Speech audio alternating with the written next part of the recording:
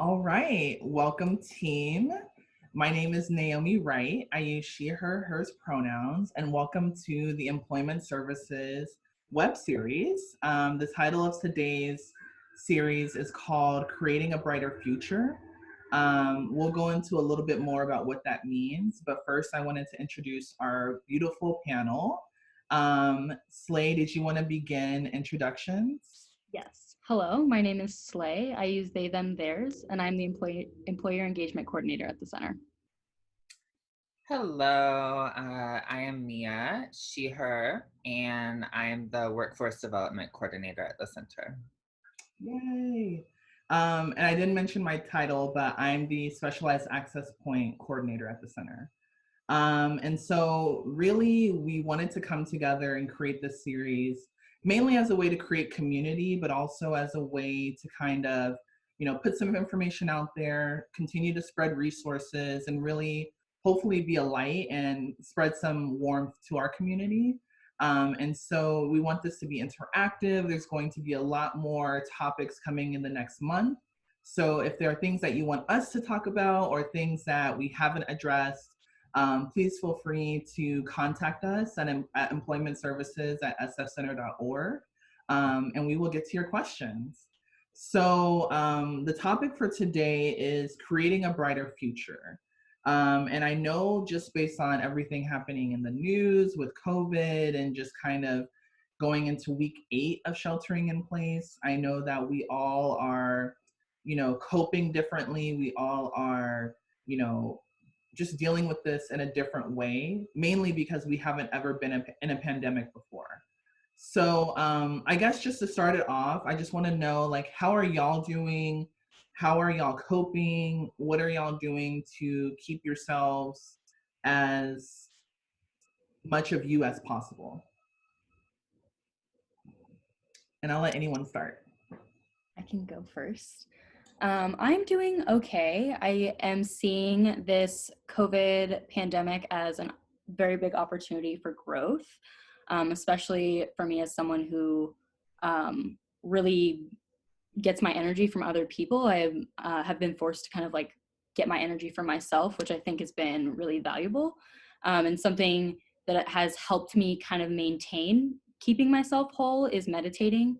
And I've also been off of social media, and I check the news once a day just to like know what like safety precautions are. But beyond that, I don't read into it because it's not good for me. Mm-hmm. Mm-hmm. True. I can go. I mean, I'm not gonna lie, I feel like I'm a hot mess. Like I'm on the hot mess express bus, especially this week. Um, I think I'm a Scorpio, I'm a ENFJ, if those mean anything to you. I'm the type of person that likes being in control. Like I like planning things and knowing what I'm gonna do for the next, you know, day, week, year, month, all that stuff. And so, not having anything being crystal clear in terms of being able to schedule things is challenging for me, but I'm definitely feeling really lucky and blessed to be able to continue to provide services to folks while working at home and sheltering in place. So I know that, there's over 30 million Americans that have filed for unemployment since the stay in place ordinances have started in mid-March. So I know I'm lucky, but it can still be hard with all the isolation. Mm-hmm. Yeah, on that note, I mean, I definitely, feel similarly as both of you. And in particular, when working with clients and working with people who are just looking for a job or just trying to stay afloat financially, there's a lot of uncertainty right now. And so I guess I just wanted to know, as we move further into this pandemic and sheltering in place, what are some general themes that have come up in terms of like the employment field, either in terms of what employers are looking for, and or what job seekers may be searching for? What are y'all finding as we're moving into this time? Can I start maybe with the employees, and maybe Slade can talk about the employers, and then we can, tag team. I think what I'm hearing from a lot of the clients that I'm working with is a general feeling of uncertainty and stress and anxiety and, even depression because of, the economic impacts, the social impacts of the virus. So a lot of people are struggling and feeling like, I don't know what I can even be doing during this time. Like, how am I going to find a job? And I think part of the reason we really wanted to have this web series today is to have to share resources, because there are things that you can be doing, even though it is really challenging. So, on the employee side, we have a lot of folks who are working on improving their resume and cover letter during this time, as well as really investing in professional development opportunities, so that when some folks are still conducting interviews during this time, and other fields are kind of grinding to a halt. But when the restrictions are lifted and companies are starting to hire even more, we want our clients to really be ready to put their best foot forward. Mm-hmm. Mm-hmm. Yeah, I it's interesting to kind of in my role, kind of connecting with employers and really trying to understand what hiring looks like. So I've a couple of like themes that I've picked up on is of the employers that are still hiring, there are a lot of hurdles. So like with the courts being closed, folks can't get background check, which means, their application is halted until that can happen. And similarly, a lot of companies want to hire, but don't have the capability to do their onboarding process virtually, because this is the first time we've really been posed with problems like this. And another theme that I picked up on is that of the employers that are not hiring, those are the first folks to offer to give free resume workshops to help clients. And I think that speaks like great volumes of there is hope out there, and the fact that people are just utilizing this time like, okay, I'm not getting paid, but if I can do something, if I can connect with somebody and seeing that value, I think is something that would not have happened if we weren't in the current circumstances that we're in. And I think moving forward and looking towards trends, it's really hard to predict like what jobs are going, what jobs should people be going for right now so that they can have long-term employment stability, because we just don't know how long this is going to go. So tech jobs are obviously, I think, the first go-to, because it's very easy to maintain a role while doing it remotely. But tech is not for everyone. And so figuring out how to work with employers, and really, I think we need to transform the way that we do recruitment and employment. And I think employers are going to be forced to value transferable skills more than hard technical skills. And I think that's a positive. Yeah. I think that, there's a lot that can be said there, but especially in terms of, in the past month, we've been hearing a lot about like essential workers and non-essential workers, and kind of like what that means. And so in terms of the job market, why do y'all think, there's still a lot of there's still a lot of like openings in terms of like essential workers and essential jobs. Why do y'all think that is? And why is it not as easy as it sounds to apply to become an essential worker? And we know that essential workers, work in grocery stores, banks, obviously in the medical field, and in every field really, just depending on your position. And so, why do y'all think the conversation has shifted towards people applying for essential jobs?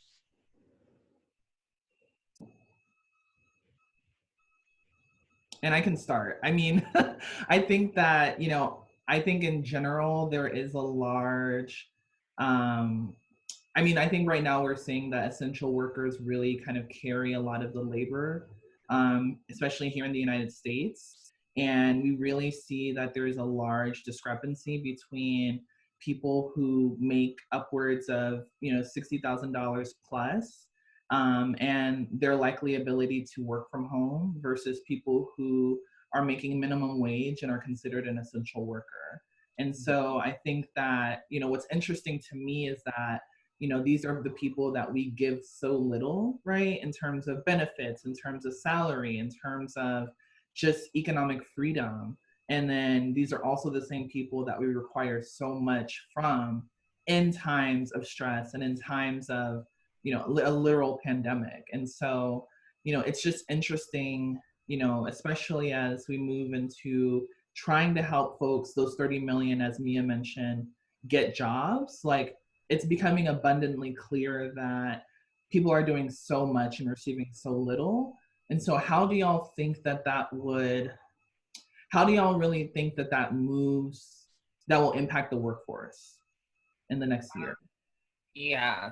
So, I feel like I have to say, while we're talking about essential workers, that I'm seeing a lot of corporations and government and, people say, oh, we really have to thank our essential workers. I'm even seeing, flying very expensive airplanes over major cities as a way to show essential workers, we appreciate you, we thank you. And, from what I've heard from essential workers, folks in these diverse industries, is that they want personal protective gear, they want living wages, and particularly for nurses, they want to have their student loans forgiven. And those are things that I think cost money, and they are investments in our workforce. But I'm seeing a lot of concessions being given to larger corporations versus actually going to support the workers themselves.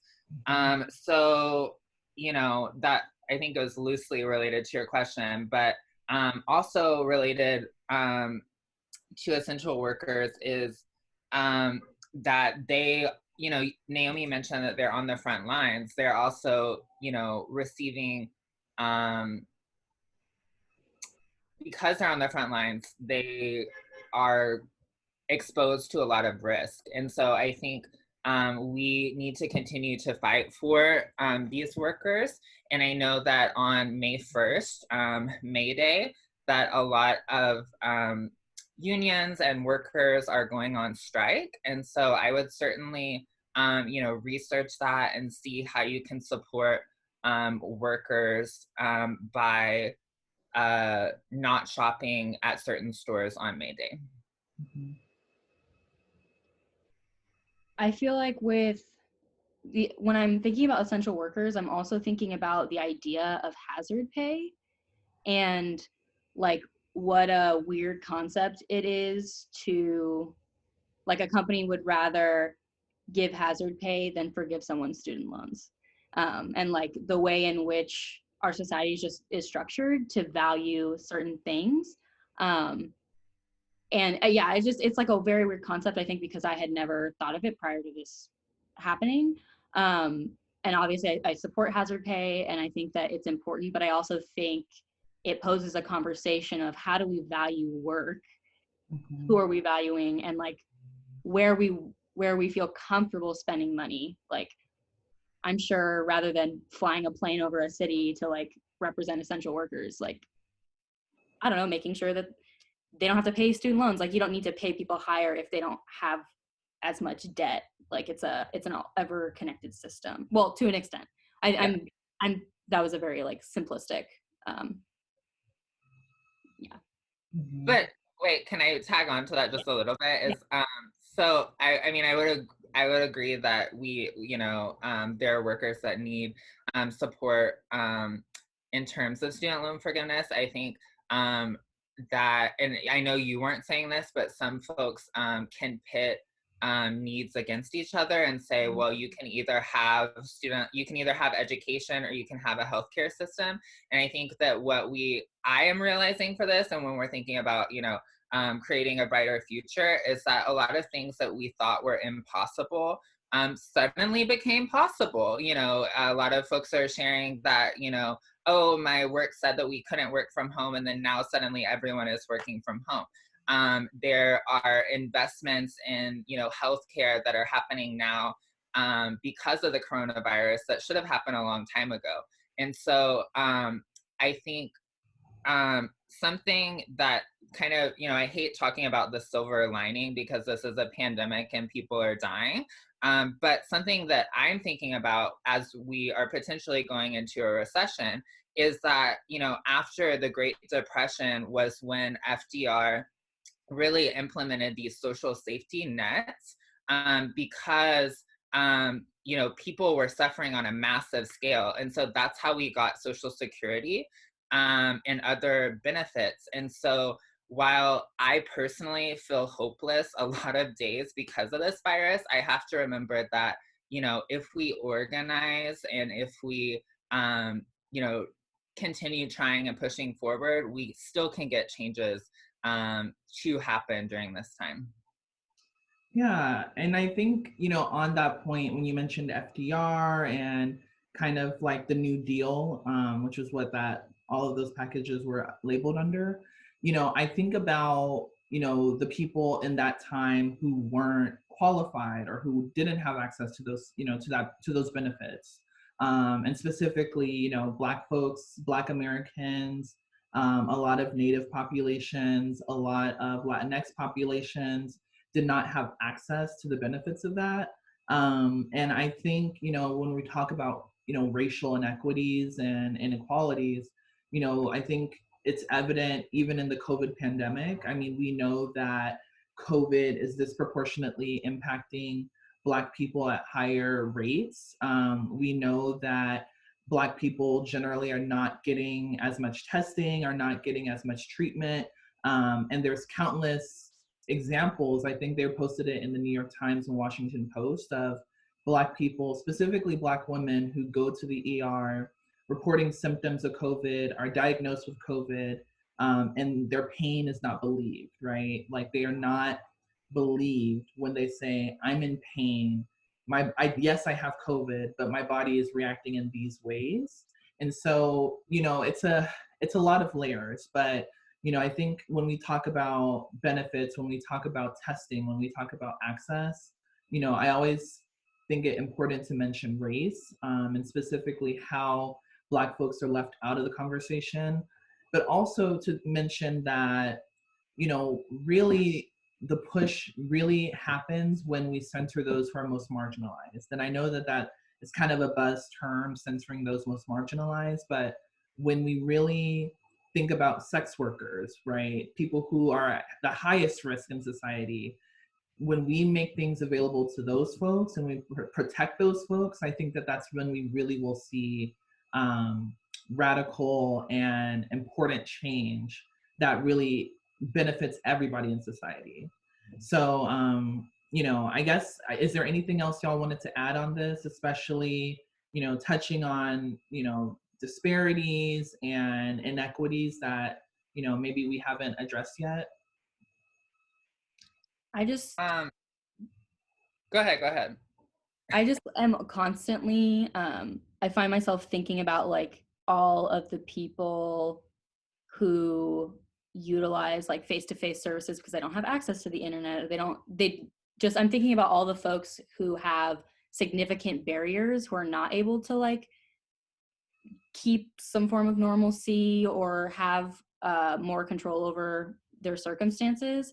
And just like I'm constantly thinking about how are we going to reach those folks, because those are the most marginalized. But if we can't leave our houses, and just like figuring out ways to bridge the gaps while maintaining our health and safety and the health and safety, you know, of the most marginalized, whoever that may be, whether it be trans people, black trans people. Yeah. Mm-hmm. Yeah, something that I would add on, and you know, Naomi mentioned that, you know, not only are people of color and particularly Black folks disproportionately impacted by getting the virus, and in NSF, Latino communities as well, really disproportionately, you know, getting the virus. I also saw an article that 90% of people of color owned businesses, small businesses that applied for the government's assistance program were not given the grant, did not get any money. And we're seeing that not only are these systems like redlining and gentrification that have, disproportionately impacted people of color communities for, decades and hundreds of years. Um, we're seeing that the response, the supports are also racialized and politicized, and that states that are not in alignment with the federal government's policies are being threatened to not receive aid. And, you also mentioned sex workers. I think there's a lot of whorephobia in the United States, and even, San Francisco, which is seen as this, liberal, progressive bastion of hope.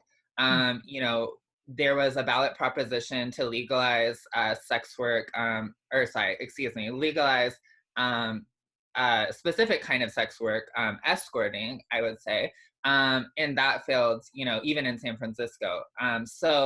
We're seeing some countries really step up to the plate and support sex workers, so we know that it's possible. I know that Japan gave grants to sex workers to help them get through this virus, and also, so that they would not feel pressure to go out and make money during this time, which would put them at risk and put others in their community at risk. And, I know that several folks on our team, Naomi and Slay, have experience with public health as well. And we know that when we invest in public health, that the return on investment is very high. So, we care about people and we care about racial justice and economic justice. But some people in the government don't care. But if they would really just, invest in the health and safety of people, it will save us so much money down the line, sometimes 3 to 5 times more money. Mm-hmm. And I mean, it's important to note that like we are a 501c3 and that we can't make political statements, right? Or we can't make like a political standing of like, I support X candidate or, Yes. what have you. But there is a conversation to be had about disparities and really kind of how the wealth inequality in America is hyper apparent and is only deepening in times like this. And it really kind of feels like, we're just in a society where the rich are continuing to get richer. There was a notice coming out that, Amazon is now $1 trillion company. And I think, Jeff Bezos is standing to make hundreds of billions of dollars more than he would have had the COVID pandemic not happened. And so, when I saw that, I was just like, and yet your employees are struggling, it's just, there's just so much cognitive dissonance that I think exists in our society on every single level that, really, I think it really is going to take a lot of intentionality and radical like activism to really change that. And so, yeah. So to be clear, so to be clear, we can't tell you who to vote for or what ballot propositions to vote for, but we can talk about policies that we think benefit our community and policies that don't. And I think, I just forgot. I don't know. Naomi just said something really great I was going to add on to, but yeah. And so I guess moving into, and if it comes back to you, let me know. Moving into the next topic, where are y'all in terms of, personal life-changing decisions that are to be made? For those watching, me and Slay and Mia, we talk about life often, relationships, love, grad school, law school, all the things under the sun. What was that? Housewives. Housewives, yes. I feel like I'm in a housewives confessional right now. Um, we talk about everything under the sun, and I think that that's part of, especially staying, grounded in the pandemic, but also just like staying grounded in our work is like also, having a relationship that exists outside of that on some capacity. How are y'all doing in terms of, you know, when you think about a brighter future for yourself? And I know that that may be hard to think about sometimes, and that's totally fine. But when you think about something that you're wanting to invest in terms of yourself, right?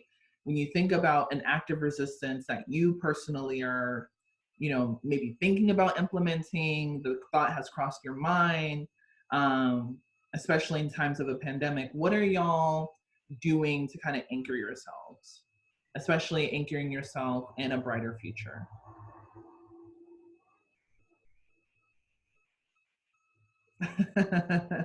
I can go. So you mentioned that I am in the process of applying to law school, which it's been a long journey to get where I'm at. And it's something like working on my applications is something that helps ground me and remind me that I have a future. Especially because it's a dream of mine that existed prior to COVID. It's a dream that's going to exist after. And I mean, eventually it's going to stop being a dream and it's going to be a reality.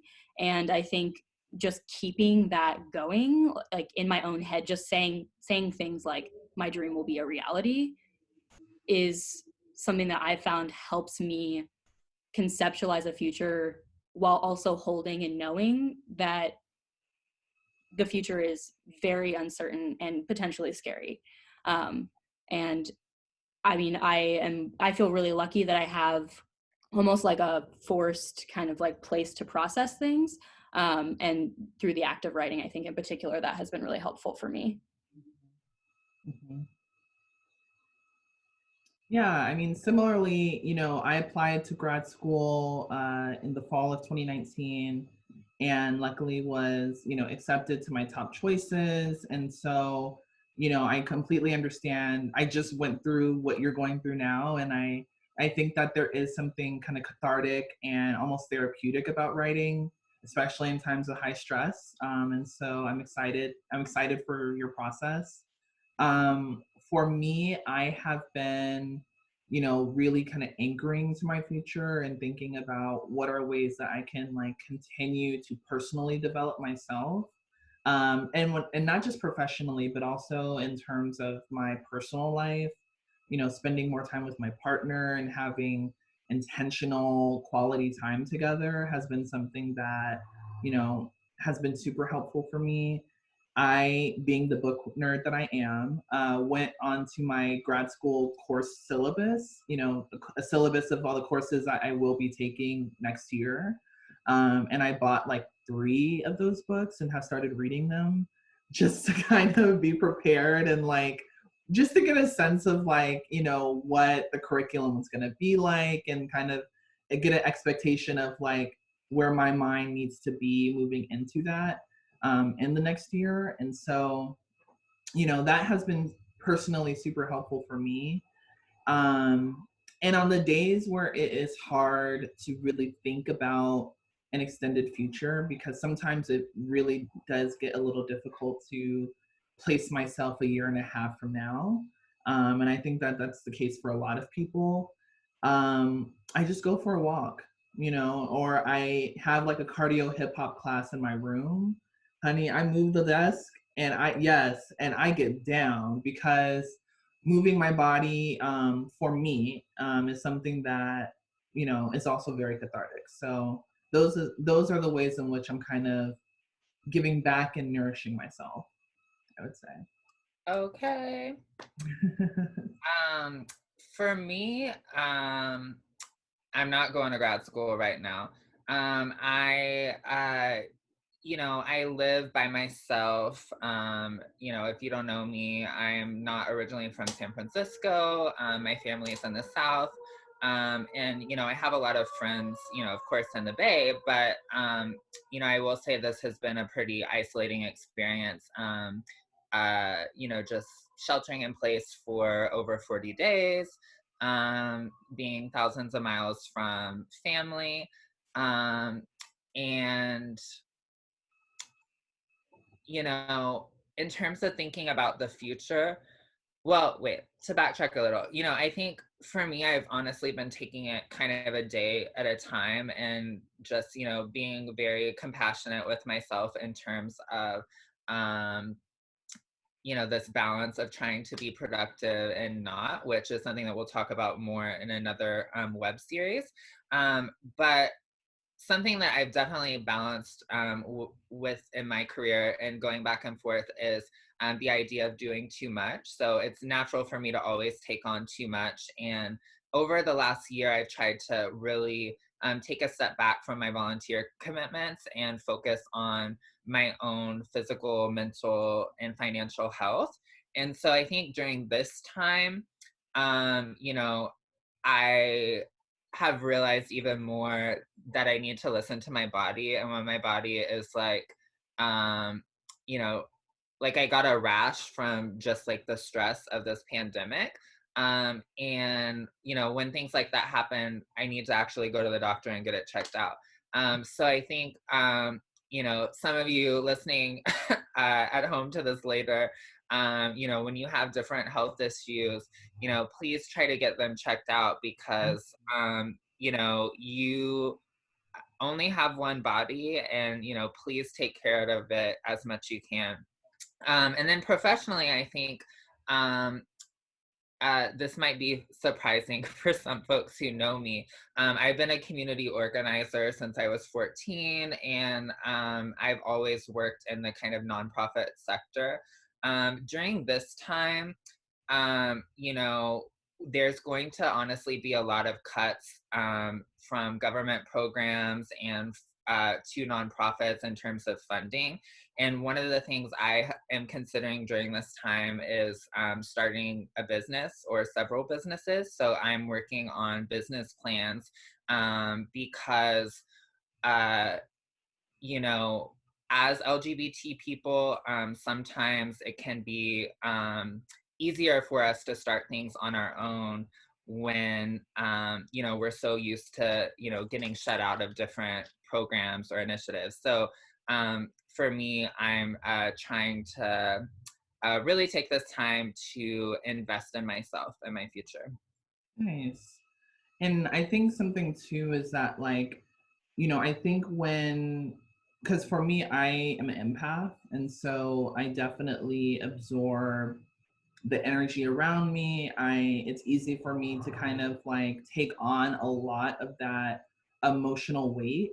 And I think, what has been super helpful, and it sounds like I'm hearing both of you kind of talk about this in your own way, is boundaries and really kind of setting a boundary that makes sense for you, and redefining, what those look like on a day-to-day basis. I know for me, I know Slay mentioned not looking at their phone for, most of the day, and really kind of tuning out of the news past, what is essential for them to know.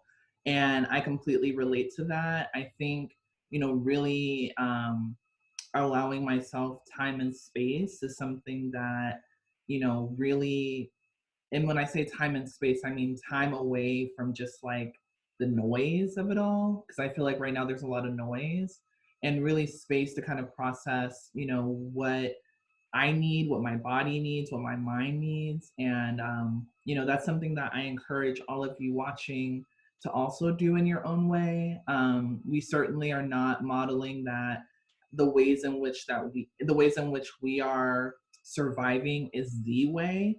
We're simply just saying that, these are things that work for us. These are things that we're doing to kind of stimulate ourselves in our own ways. And so, we certainly encourage you all and challenge you all to find what works for you all.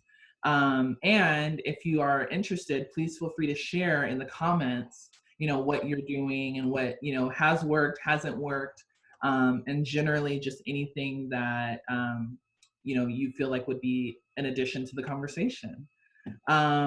So I think we created a show, y'all. Yay. So, again, we're going to be putting these videos out weekly. You most likely will see the three of us throughout the whole duration, in addition to maybe some of our other colleagues, some community partners, and some more exciting workshops coming up. So please feel free to stay tuned. If you're watching this on YouTube, like, comment, subscribe.